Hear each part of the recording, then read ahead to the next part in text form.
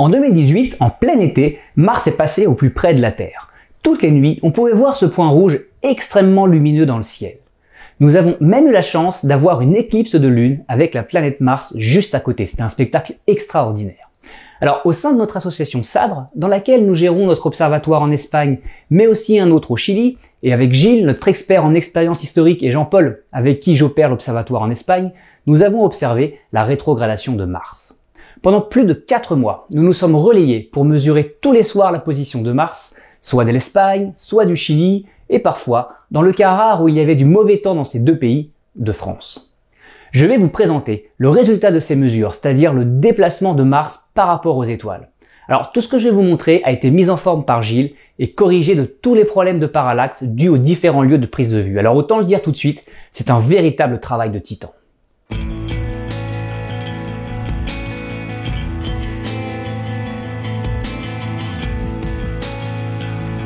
Cet étonnant mouvement dans le ciel, un changement de vitesse et de direction, s'explique aujourd'hui facilement avec notre modèle héliocentrique. Mais avec un modèle géocentrique, c'est une autre paire de manches. Et les plus grands génies du monde grec vont se confronter à ce problème pendant plusieurs siècles.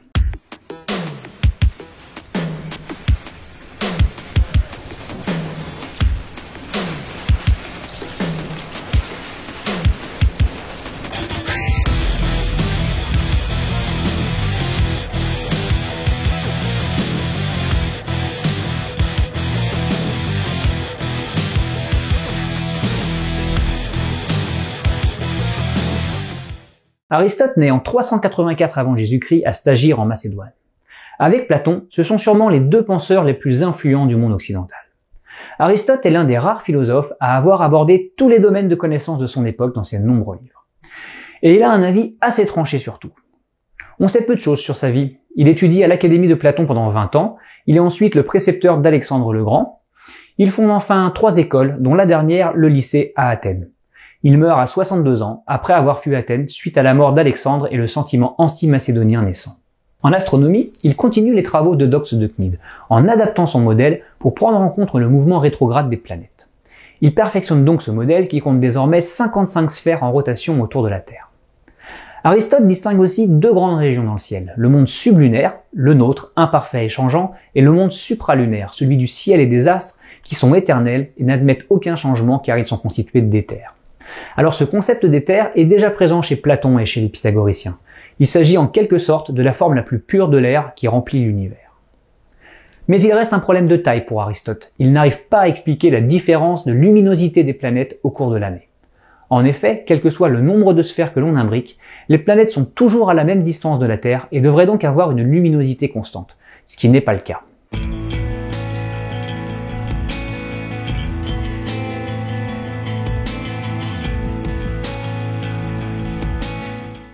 Héraclite du Pont naît vers 388 avant Jésus-Christ à Héraclée du Pont, au nord-est de l'actuelle Turquie. Aux alentours de 20 ans, il rejoint Athènes et l'Académie de Platon. Il y rencontre Speusippe, le neveu et le successeur de Platon. À sa mort d'ailleurs, Héraclite assure l'intérim à la tête de l'Académie. Mais comme il échoue ensuite à se faire élire à une courte majorité, il retourne dans sa ville natale et il fait comme tous les autres, il fonde sa propre école. Mais surtout, pendant les 25 ans qu'il passe à Athènes, il est le disciple d'Aristote. En astronomie, il propose un modèle intéressant. Comme les pythagoriciens, il fait tourner la Terre sur elle-même pour expliquer le mouvement des étoiles et l'alternance jour-nuit. Pour lui, la sphère du ciel étoilé est toujours fixe. Il garde la Terre au centre de l'univers, mais fait tourner Vénus et Mercure autour du Soleil, qui lui tourne autour de la Terre. Il explique de cette façon la variation d'intensité lumineuse de Vénus et Mercure, qui ont donc une distance à la Terre variable. Ce modèle, que l'on appelle géo-héliocentrique, même s'il n'a pas le même impact que celui d'Aristote, attise tout de même la curiosité. Il est décrit notamment à plusieurs reprises dans les siècles à venir, ce qui permet à un certain Nicolas Copernic, 1800 ans plus tard, d'en prendre connaissance. Il écrira notamment qu'Héraclite lui aurait donné l'idée de l'héliocentrisme.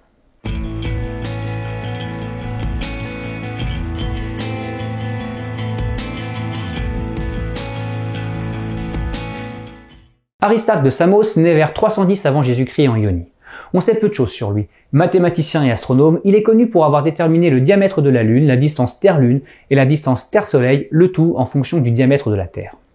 Ces calculs sont approximatifs à cause d'imprécisions de mesure, mais sa méthode est vraiment ingénieuse. Il trouve que le diamètre de la Terre est de 3 fois plus grand que celui de la Lune. la vraie valeur étant 3,7. Il trouve que la distance Terre-Lune est 19 fois le rayon de la Terre, donc 60 en réalité, et pour la distance Terre-Soleil, il la trouve égale à 19 fois la distance Terre-Lune, alors qu'elle est de 400 en réalité. Mais il en conclut donc que le Soleil est 20 fois plus gros que la Lune, car les deux ont la même taille apparente dans le ciel. Alors au final, ces résultats sont erronés quantitativement, mais ils mettent en évidence la taille du Soleil beaucoup plus grande que celle de la Terre. Suite à ce résultat, il commence à douter du géocentrisme. Pour lui, il est plus logique que les planètes plus petites tournent autour des planètes plus grandes. Il place donc le Soleil au centre de l'univers et décrit le mouvement de la Terre comme une rotation sur elle-même combinée avec un mouvement circulaire autour du Soleil. Cependant, si la Terre se déplace, elle devrait voir les étoiles fixes suivant un angle différent selon la période de l'année. C'est ce que l'on appelle une parallaxe. Aristarque émet donc l'hypothèse que cette parallaxe existe bien, mais que les étoiles fixes sont tellement éloignées de la Terre que l'on ne peut pas la mesurer. Il a tout bon. La première parallaxe d'une étoile sera mesurée 2200 ans plus tard. Malheureusement, sa théorie est rejetée en bloc par ses contemporains. Elle lève une telle hostilité qu'elle fait écrire au stoïcien Cléante un ouvrage nommé Contre Aristarque. Il ne subira pas de procès pour impiété comme les philosophes Socrate ou Anaxagore, mais lui et ses écrits tomberont complètement dans l'oubli. Oui, parce qu'on a beau être en Grèce antique, idéalisé pour son esprit raisonné, on ne déconne pas non plus trop avec les dieux. C'est ce qui est arrivé à Socrate, qui a été condamné pour impiété et qui est mort à l'issue de son procès. Le ciel reste le domaine des dieux, et leur mouvement dans le ciel nocturne est encore fortement ancré dans la mythologie, ce qui explique l'opposition farouche que sa théorie a rencontrée en Grèce.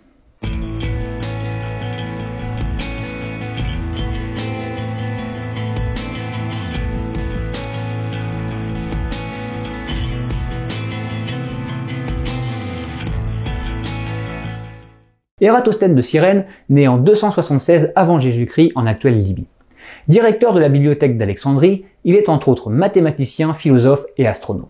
Il crée et formalise la discipline de la géographie. Il produit aussi une nouvelle carte du monde, beaucoup plus précise que celle d'Héraclée de Milet 300 ans plus tôt. Ératosthène calcule l'obliquité de l'écliptique, c'est-à-dire l'angle entre le plan de l'écliptique et l'équateur. Il trouve une valeur de 23 degrés 51 minutes, contre une valeur exacte qui devait être à l'époque de 23 degrés 21 minutes. Pour vous faire une idée de la précision, il faut imaginer un rapporteur. Le demi-cercle fait 180 degrés. Chacun de ces degrés fait 60 minutes. Son erreur est de seulement un demi-degré. En son temps, Aristote a fait une estimation intuitive du rayon de la Terre à 60 000 km. Ératosthène, lui, mesure le rayon de la Terre et il trouve 39 375 km. La mesure aujourd'hui donne 40 075 km, ce qui veut dire une erreur de moins de 2%.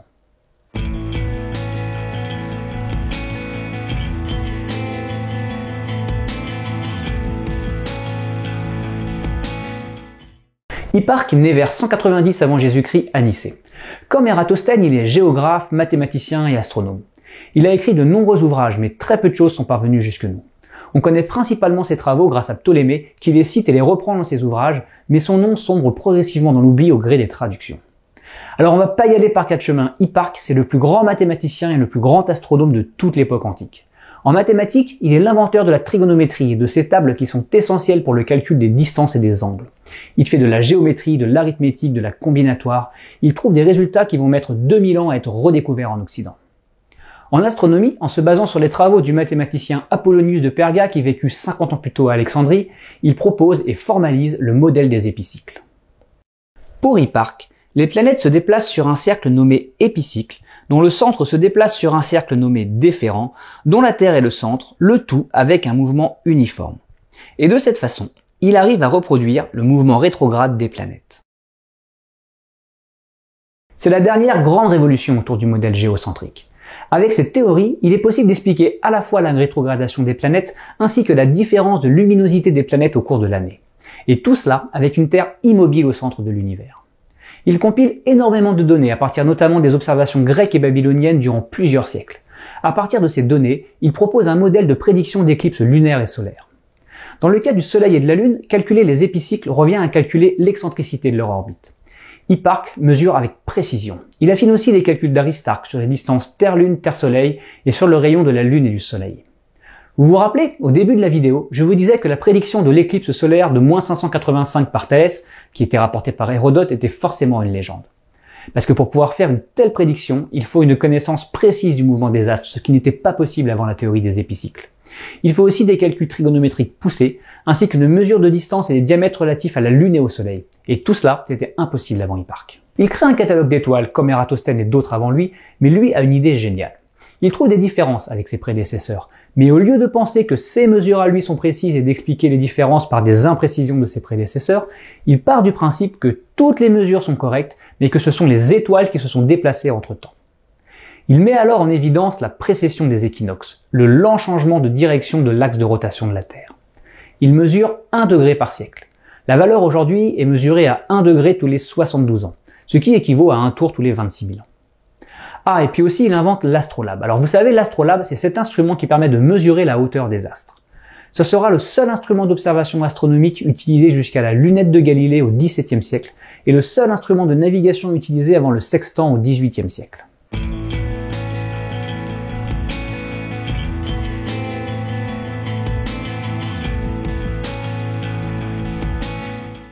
Ptolémée naît en 100 après Jésus-Christ en Haute-Égypte. La Grèce est passée sous domination romaine depuis plus de 2 siècles et finit son lent déclin. Rome est à son apogée, son influence s'étend sur toute la Méditerranée.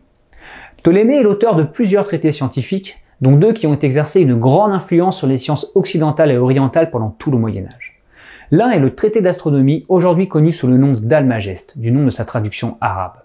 L'autre est la géographie, qui est une synthèse des connaissances géographiques du monde gréco-romain. L'Almageste est le seul ouvrage antique sur l'astronomie qui nous soit parvenu intégralement. C'est une véritable synthèse de l'astronomie et des mathématiques antiques. Ptolémée y décrit en détail le modèle des astronomes qui l'ont précédé, en particulier Eudoxe de Cnide et Hipparque. Il reprend toute la théorie des épicycles et y rajoute même la notion de point équant. Ptolémée améliore la précision du modèle géocentrique d'Hipparque en faisant 2 corrections. 1. La Terre n'est plus le centre du déférent, et 2. La vitesse de déplacement du centre de l'épicycle sur le déférent n'est pas constante par rapport au centre du déférent, mais par rapport à un point dit équant, qui est soit la Terre, soit son symétrique par rapport au centre du déférent. Ptolémée reprend les tables de trigonométrie d'Hipparque ainsi que ses méthodes de prédiction d'éclipses et il propose des tables d'éphémérides qui vont permettre de prédire les éclipses et la position des astres. Durant les 13 siècles qui vont suivre, l'astronomie n'avancera plus. Il y aura tout au plus quelques corrections des tables de Ptolémée. Ce livre, dont le nom original grec signifiait composition mathématique, sera traduit en arabe au IXe siècle et servira de référence à toute l'astronomie médiévale. La version originale perdue, la version arabe servira de base aux versions espagnoles qui apparaîtront d'ici le XIIe siècle. De traduction en traduction, certains noms vont se perdre, dont Hipparque, qui va devenir Abrachir en arabe. C'est ce qui explique pourquoi celui qui est l'artisan principal du modèle géocentrique ait été complètement oublié. Son ouvrage La géographie est une autre œuvre majeure. C'est une compilation de connaissances sur la géographie du monde à l'époque de l'Empire romain. Sa redécouverte en Europe au XVe siècle va permettre de relancer l'étude de la géographie mathématique et de la cartographie. Ptolémée reprend les travaux d'Ératosthène et d'Hipparque pour présenter des cartes géographiques basées sur des principes scientifiques et en particulier l'utilisation d'une grille de méridiens et de parallèles. Il ajoute aussi les descriptions d'itinéraires et de périples disponibles à son époque. Connaître les coordonnées précises des lieux n'est pas simple. Il faut leur longitude et leur latitude. Si la latitude peut se déduire de la position du Soleil, le problème des longitudes est beaucoup plus complexe. Ptolémée utilise pour cela une méthode d'Hipparque encore, qui est basée sur l'observation des éclipses de lune. Autre problématique de taille, représenter la projection de la Terre sphérique sur un plan. C'est là où Ptolémée fait faire un bond de géant à la géographie par rapport à ses prédécesseurs, car il propose des méthodes de projection conique et sphérique. Dans son ouvrage, il note les coordonnées de 8000 lieues du monde habité qui situent entre les Canaries et Hanoï. Alors il y a évidemment parfois des erreurs, notamment pour les lieux éloignés de l'Empire romain, mais l'erreur principale est due au rayon de la Terre. Vous vous souvenez de la mesure impressionnante d'Ératosthène ?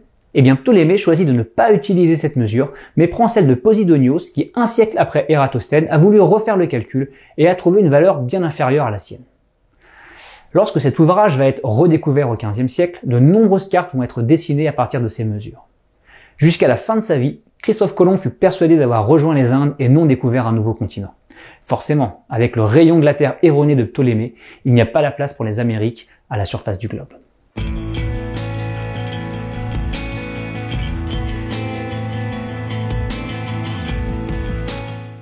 Avec Ptolémée prennent fin 7 siècles d'intenses questionnements, mesures et découvertes. L'Almageste et la géographie sont les plus belles synthèses que ce long âge d'or antique a pu nous léguer avant que l'Occident ne s'enfonce petit à petit dans les âges sombres du Moyen-Âge. 7 siècles ont transformé un monde où l'on vivait au gré des mythes, un monde divin où l'homme subissait des phénomènes qu'il ne pouvait appréhender, en un monde fait de lois naturelles que l'homme peut désormais décrypter et de phénomènes qu'il peut prédire par des lois mathématiques. Les 13 siècles qui vont suivre ne seront pas exempts d'innovations technologiques, loin de là. Le Moyen-Âge n'est pas du tout la période de stagnation que l'on imagine. Mais sur les questions fondamentales comme notre monde et sa place dans l'univers, la mythologie va reprendre le dessus.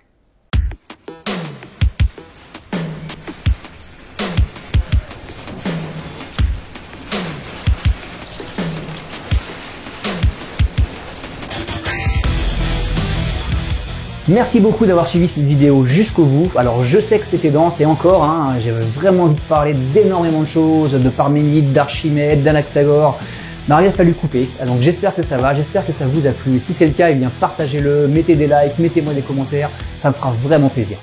Je vous dis à bientôt, peut-être pour la suite, peut-être pour autre chose, j'en sais rien encore. Merci.